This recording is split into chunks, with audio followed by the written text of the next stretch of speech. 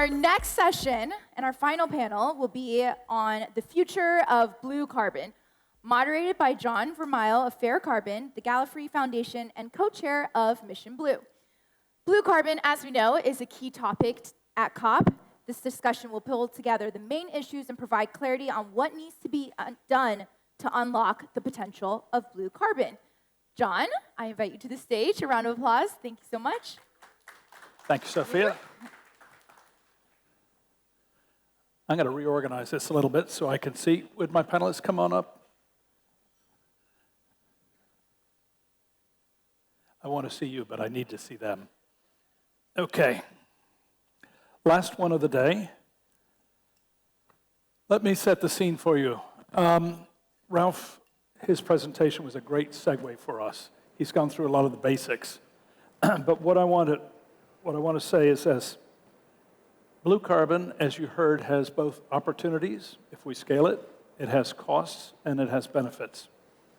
But there are problems on both sides of that equation, and we want to dig into that a bit here. So we need to fix those problems, and we need to scale, something, again, that Ralph referred to. So we're going to categorize it in three areas. Sovereigns, in other words, states or countries, communities, and then the buyers. So let's get into it. What I'd like you to leave here with are not the answers to all the questions, but I want you to leave here with questions that you need to ask when you get back home. So with that, I'd like to ask our panelists to introduce themselves, starting with Dr. Whitney Johnston. Thank you. Hello, everyone, and thank you for organizing this beautiful event today and for having us here today. So I'm the Director of Ocean Sustainability at Salesforce. At Salesforce, we have an ocean sustainability program because we recognize that we depend on ocean health, and we also impact ocean health. And we also believe that business is a platform for change. And so my goal at Salesforce is to use the full power of Salesforce to see outcomes for ocean health. And because this is a blue carbon panel, I'll share a little bit about what some of that work is with respect to blue carbon. So some of the activities that we do, well, first, because with respect to carbon, we need to talk about reducing carbon emissions.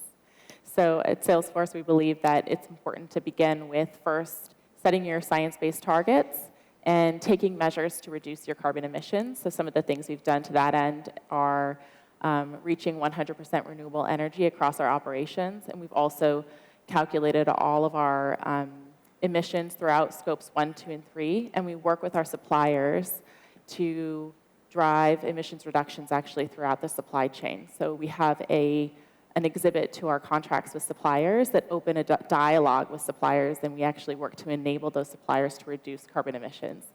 So those are some of the activities that we do to that effect. And then as we kind of move in our carbon emissions reductions journey, we purchase carbon credits against our residual emissions. And some of the other activities we do are around philanthropy. And blue carbon is a piece of that carbon credit portfolio. So that's some capital we're putting forward for blue carbon ecosystems. And then we also deploy philanthropic capital, in fact, for those ecosystems, mangroves, seagrass, salt marsh. And then finally, as we work around this, we're thinking about, well, really, what are high-quality projects that we should be looking for and identifying? And so we recently, this week, launched principles and guidance for high-quality blue carbon. And we can dig into that a little bit more in the session. But that's what we use, really, to guide our decisions and investments around philanthropy and around carbon credit purchasing. Great. Thank you very much, Whitney. Also joining us, Dr. Nicholas Hardman Mountford. Nicholas, tell us a bit about yourself. Nick. Thank you, John. Yeah, so I'm Nick Hardman Mountford. I'm the head of Oceans and Natural Resources at the Commonwealth Secretariat. The Commonwealth has 56 member countries around the world, from all regions of the world, and including 2/3 of the world's small island developing states.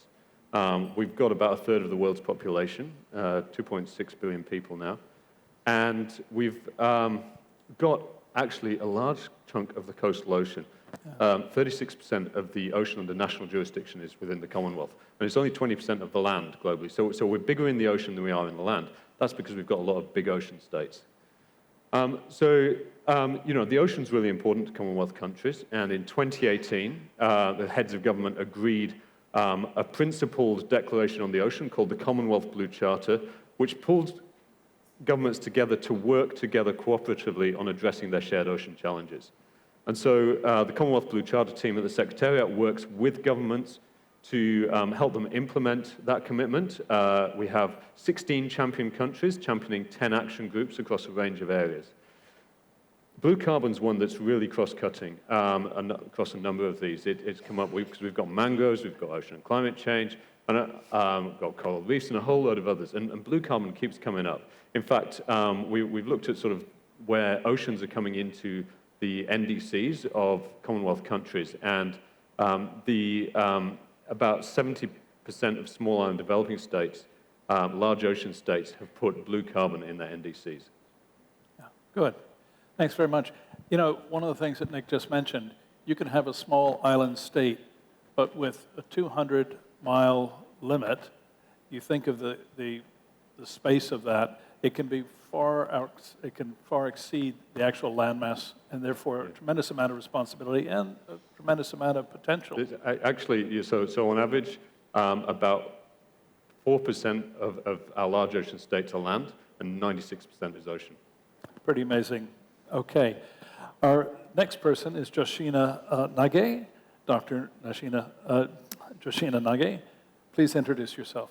Hi, everyone. I'm Josheena. I'm currently a postdoctoral fellow with the Stanford Center for Ocean Solutions in the World Economic Forum. And my focus is really looking at blue justice issues and how to enhance equity when we talk about coastal and marine resource use. I am from a Commonwealth nation, a large ocean state, Mauritius, which is located in the Indian Ocean. And I've had the chance while working at local NGOs and through my PhD to really use a community-engaged approach to understanding how we are approaching conservation. And so far I had been focusing on small-scale fisheries and marine protected areas until there was an oil spill in 2020 in my home country, which affected a coastline where people were mostly reliant on artisanal fishing, but also an ecologically sensitive area with several blue carbon ecosystems. So this disaster really highlighted the dependence on coastal communities on blue carbon ecosystems and a lot of services or groups which tend to go uncounted until disaster happens, until we really understand those dynamics. So as we talk about the future of blue carbon, for me it's really important that we acknowledge the unique role that people play in these systems and how we need to value both people and nature when we talk about the future of this. Great. Thanks very much. Okay, let's dig into it. Remember, there are three things that we want to tackle here. First is the buyer's side. Second is the sovereign states, the role they play. And finally, the community. So, Whitney, let me start with you on the buyer's side.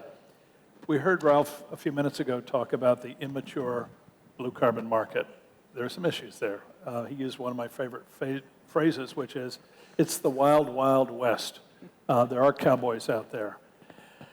There are also poorly executed projects, and all of this adds up to a loss of credibility.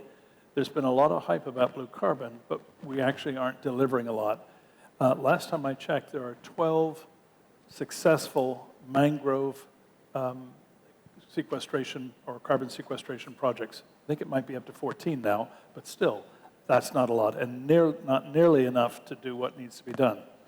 So Whitney, immature market, some problems out there on the buyer's side, the credibility side. What are the questions that people need to leave here today thinking about? How does this get fixed? Yeah, I think you set the stage very nicely in the sense that helping us understand where we are in this process, and as I've kind of been orienting myself in the blue carbon space, what I came to understand just a year ago was that we're at a place where there's a lot of best practices that are being developed through some of these case studies, some of these examples of really high quality Mangrove projects or other blue carbon projects, we're in a stage right now where we really need to iterate and innovate, listen to one another, trade those learnings. And so recognizing that we're in that moment, and myself having this question of, well, what is a high quality project and how can I tap into all of those learnings around the globe?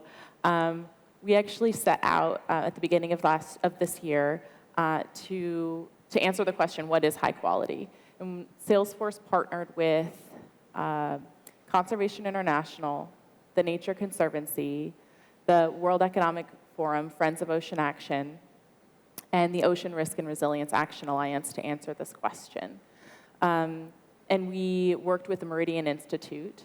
And we also recognize, though, that while that is a strong partnership of 6 organizations with a lot of expertise, we really needed to reach out and make this a community dialogue. So we, instead of crafting it just ourselves, we facilitated and sponsored a stakeholder engagement process to put the question out to the community of practice and then gather and synthesize those insights into a white paper which is the paper I mentioned this week.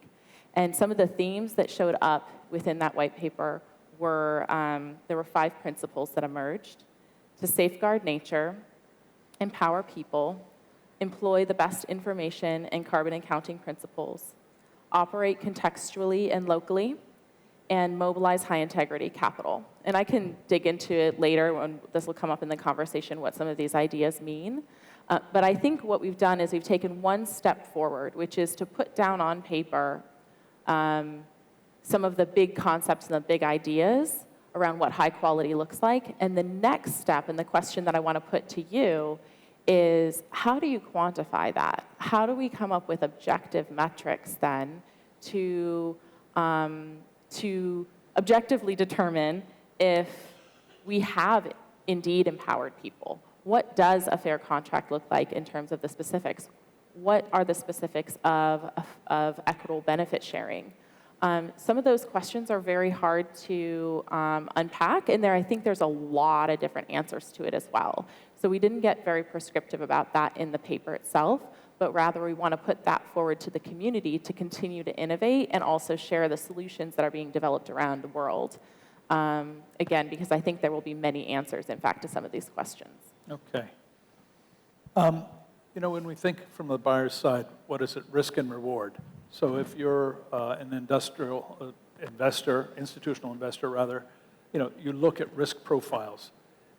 We talked about this being an immature market. So what are the things that, if it's an immature market, there's not a track record, there's not a lot of experience. Mm-hmm. So let's think about what are the risk factors that collectively describe what this is all about. I talk about one of them being the unproven track record. If you're in a real estate investment environment, there's lots of track record.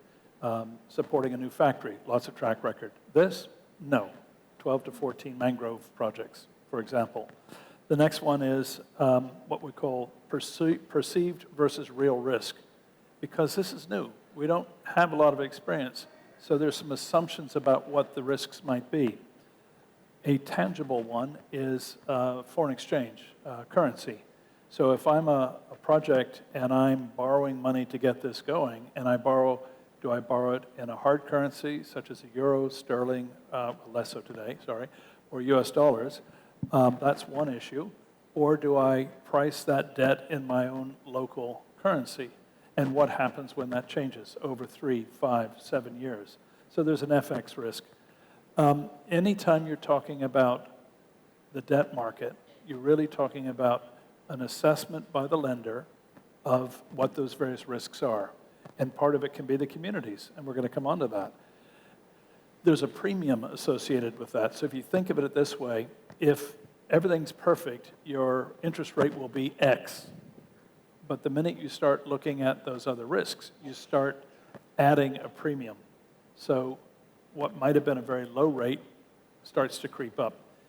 Anyway, thinking about the report that is going to be launched tomorrow, have we had the opportunity yet to think about those risks from the demand side? Or is this something that we're just going to learn as we go along? I think that we're kind of moving in this journey ourselves and thinking about how we can invest in early stage projects. One of the approaches that we're bringing to this is that you're looking for a partner with whom you're aligned, and that these investments, they're long-term partnerships. We also need to recognize that blue carbon projects, these are long-term projects, and you're entering into a long-term partnership with the community and with the developers and with the ecosystem itself.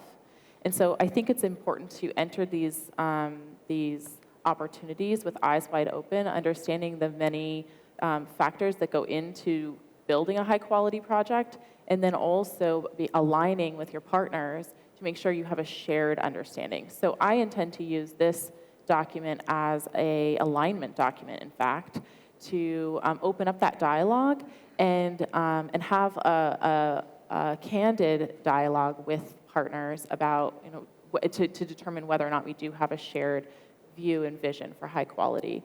I think that's one approach to managing risk and also to identifying risk areas. And so that's one approach I would recommend. Okay. Well, the corollary to risk is reward. And you heard Ralph earlier talk about IMF thinks that the price of carbon should be something on the order of $78. That's about 4 times what it is today. So there's quite a significant upside. That's one issue. So what is the expectation of the market for the direction of carbon price per ton? Then we've also talked about before in our own discussions about the mismatch of expectations. Investors would like really large projects. Talk about it in terms of hectares. You're talking 10,000, 15,000 hectares. The reality, when we come down to the community level, is 172, 300, 400, 500 hectares. So we've got sort of this mismatch between the expectations of the buyer's side and the actual of the projects. Projects require skilled project managers, and that we'll get into a little bit more, which we're talking about building local capacity. And then finally, and I think we're going to come to this as well, Josheena, with you, it's having the community engagement that gives the investor the confidence that the community is behind it. So risk and reward. Before we move on to the role of states, Whitney, any other comments to wrap this part of it up on the buyer side? I think my last comment would be that we were talking about this earlier. This is the carbon markets. We see it as a means to an end, and we need to keep in mind that we're designing for a solution. We're designing, and our efforts need to be cited on outcomes for biodiversity, for communities, and for climate. So we need to pursue high integrity carbon calculations as well as high integrity project design. So you were mentioning some mangrove projects.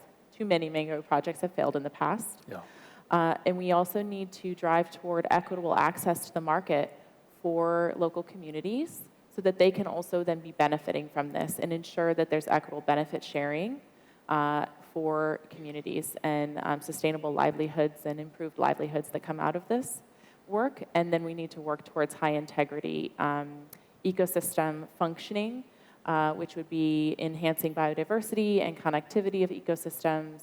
And so those are kind of the 3 big ideas that I think we need to keep in mind, that these markets are a means to an end, and we want to stay focused on people and climate and biodiversity.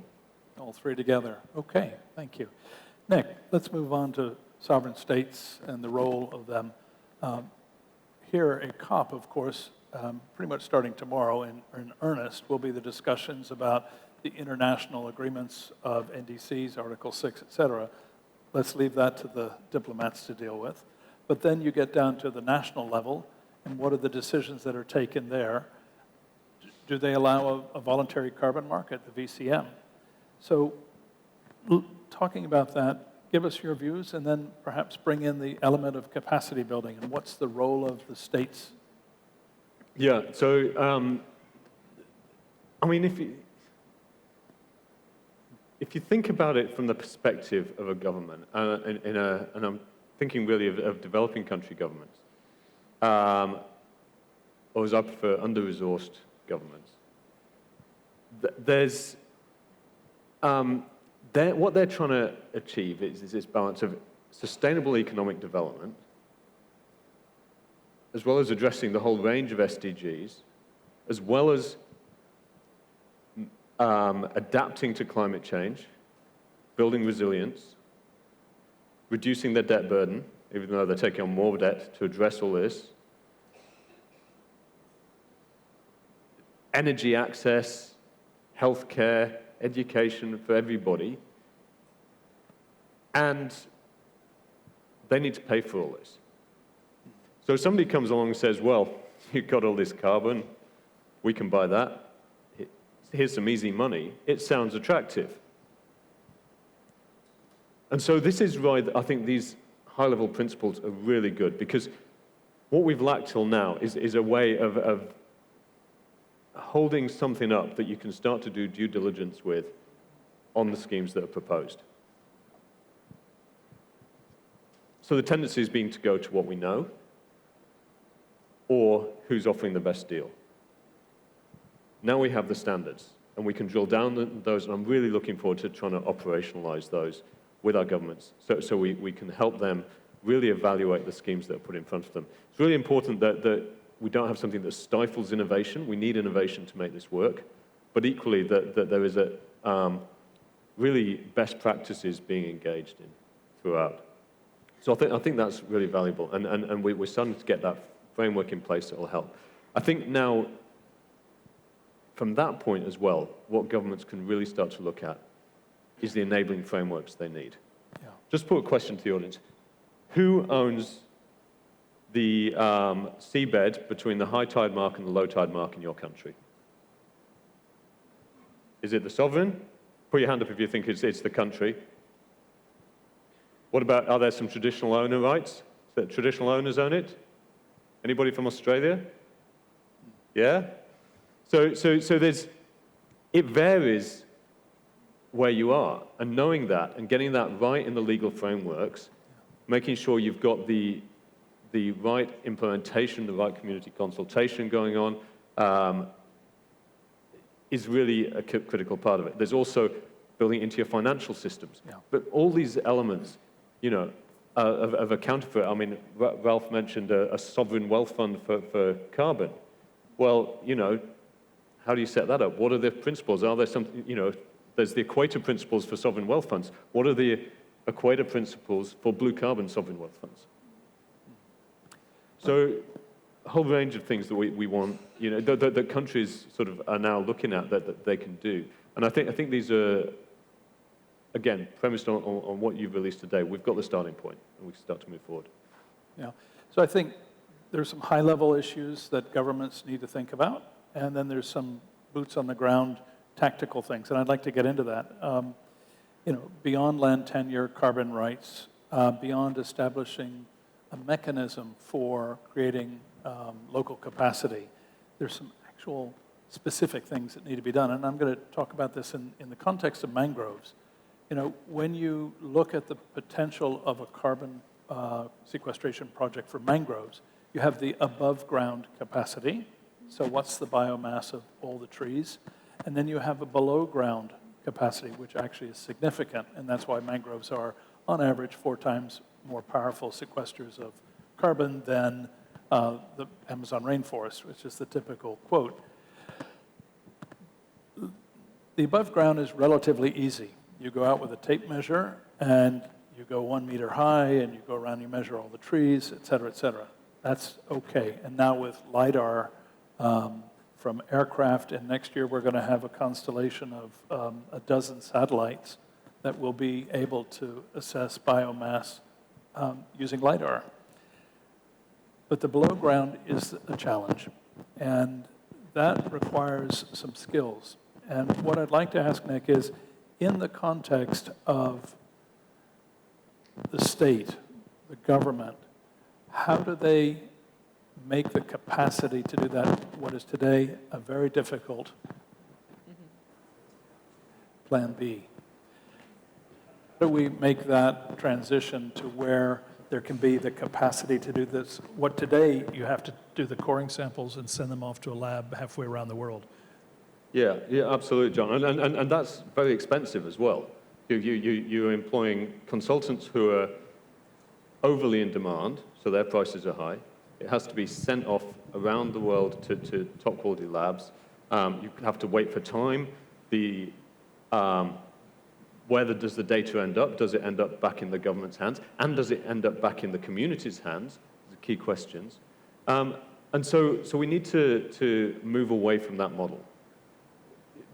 If blue carbon is going to be scalable, then the capacity needs to be built within each country that is implementing it. They've got to be able to take their own verification measurements. They've got to have quick and easy ways of doing it. They need to be able to employ the local community to do it. It needs to be a career path.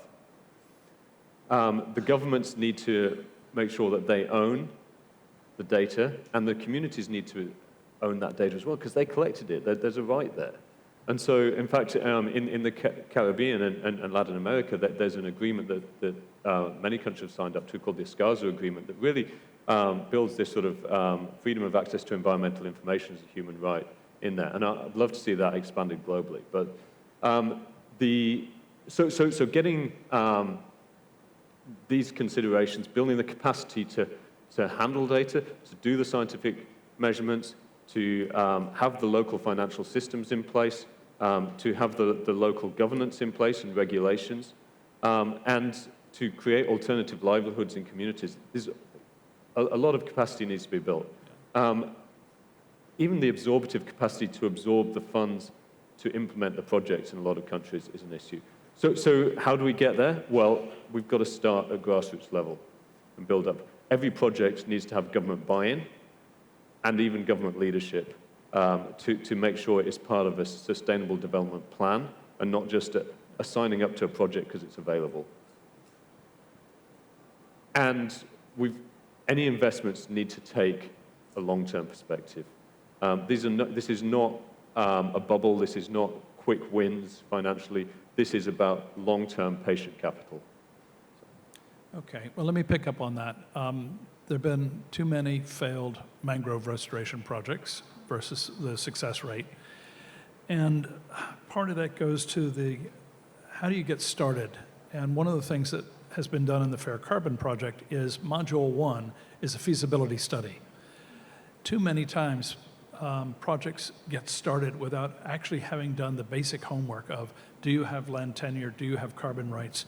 Is it going to be financially viable? Does it even make sense? So that's the first hurdle for a project. And my question, Nick, is in terms of states and governments, that's the first chunk of funding that's needed. And it is actually relatively small compared to what's needed to actually implement a project. So it's a pretty good investment in assuring that a project gets off on the right foot. Is this something that we can look to states to help fund? I think it's massively important. Yeah, it needs to do it, but where's the funding come from? And I think we need to look at the financial model of the voluntary carbon market at the moment. I mean, some of the charges to that, the transaction costs are huge. And so the amount of money that can then be made available to governments to do this capacity building is reduced. We need to be getting the maximum amount of benefit back to the communities and the governments out of that. And the transaction costs have to come down if this is going to work. Okay. This is going to be a good segue to communities, but before we do that, I'm going to ask Whitney a question. So from the buyer's side, how do you view funding this first bit of work that needs to be done versus the entire project? Mm-hmm. So I think that there's a number of, I think that it's important to identify different types of capital that can come into that first feasibility stage in order to de-risk the project. And one of those types can be philanthropy, and we've actually done this. So we have, I mentioned philanthropy at the beginning, so we have a $100 million fund that we launched last year for this decade for ecosystem restoration and conservation. And we deployed $11 million of this fund as of last April thus far. And one of the projects that we funded, in fact, was to conduct feasibility studies for community-led seascape project in Mexico that is facilitated by the Ocean Foundation. And this project, and so the funding then that goes into this project can help them get the project started, define the scope, define the business plan, set up the feasibility study, and then from there, they could then seek further funding to close the gap and bring the product to market.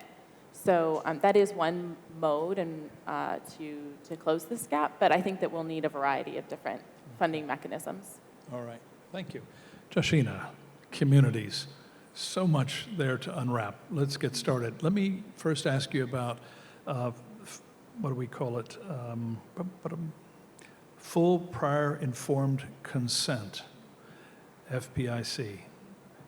Is it consent or is it consultation? It has to be consent, and most of the time it tends to be consultation. So when we're talking about going for sovereign state, we need to really identify who is monitoring, whether it's consent or consultation. And I think it's great that in the high quality guidelines, there's empowering people, and it's also highlighted that local context matters a lot. But like you said, we need to invest in the evidence base to look at what's happening under the ground. We need also to invest in getting evidence about how the socio-ecological system works. Because a lot of times communities who depend on blue carbon ecosystems tend to be invisible, they tend to go uncounted. It tends to be a lot of subsistence happening around these ecosystems. So unless we invest in valuing socio-ecological research, we won't know what unintended consequences are happening when we are setting up those projects.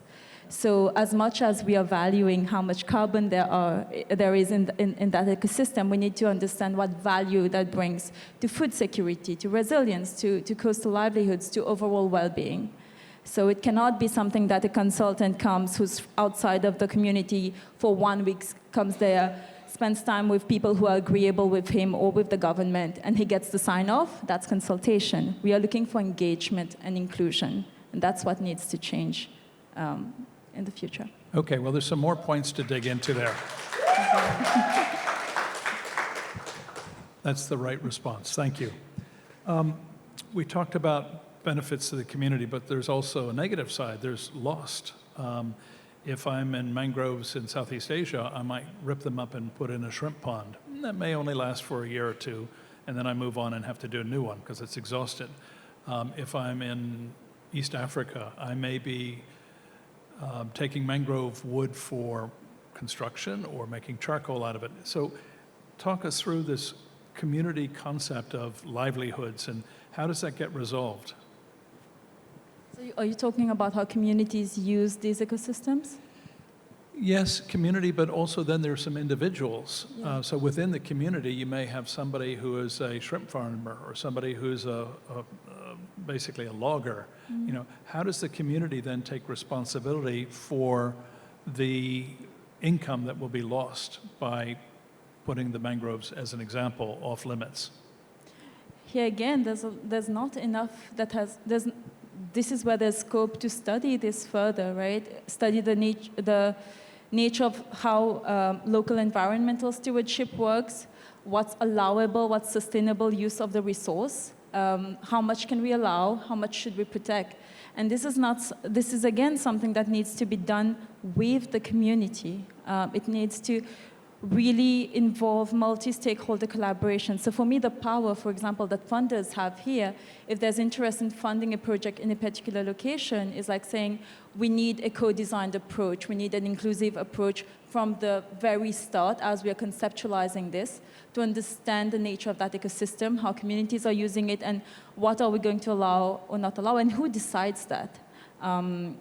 And again, knowledge gap again, and this is what we need to invest in before we go all out in these initiatives. Okay. So for everybody here, if you haven't heard of the Makoko Pamoja project in Gazi, Kenya, you might want to check it out. It's actually the first successful mangrove restoration project or conservation project. And what's so unique about it hits on a lot of the points that Josheena was just making. The transparency is amazing. You can go on the website and see who got paid 26 shillings for doing this. There's a community involvement in terms of agreeing to protect the 172 hectares of mangroves. Then the most beautiful part of it for me when I visited is seeing the community decision, the priorities that they set collectively of what to do with the revenue. So year one revenue, they put a water tower in the middle of town and they ran water pipes out to everybody's homes. Year two, they wanted a clinic, they built that. Year three, when I was there, they had just upgraded the school. Again, this is a community process, so it goes beyond that. What I saw in Gazi, in this project, Makoko Pamoja, was the deliberate inclusion of women. Gender was considered, and you have indigenous knowledge as well. People who have lived with those mangroves for generations, so there's an understanding. It doesn't necessarily help to have somebody fly in. These things need to be done locally. So just throw that back over to you. What are your thoughts on that? I think we have wonderful cases like this, and the struggle as we speak about markets is like, how do we scale these up? And are these benefits valued? How are they valued?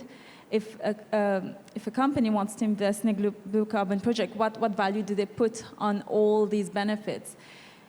And I think another challenge we face is like putting all of these great assets or these great ecosystem services, all these other values, put them in this bucket of co-benefits.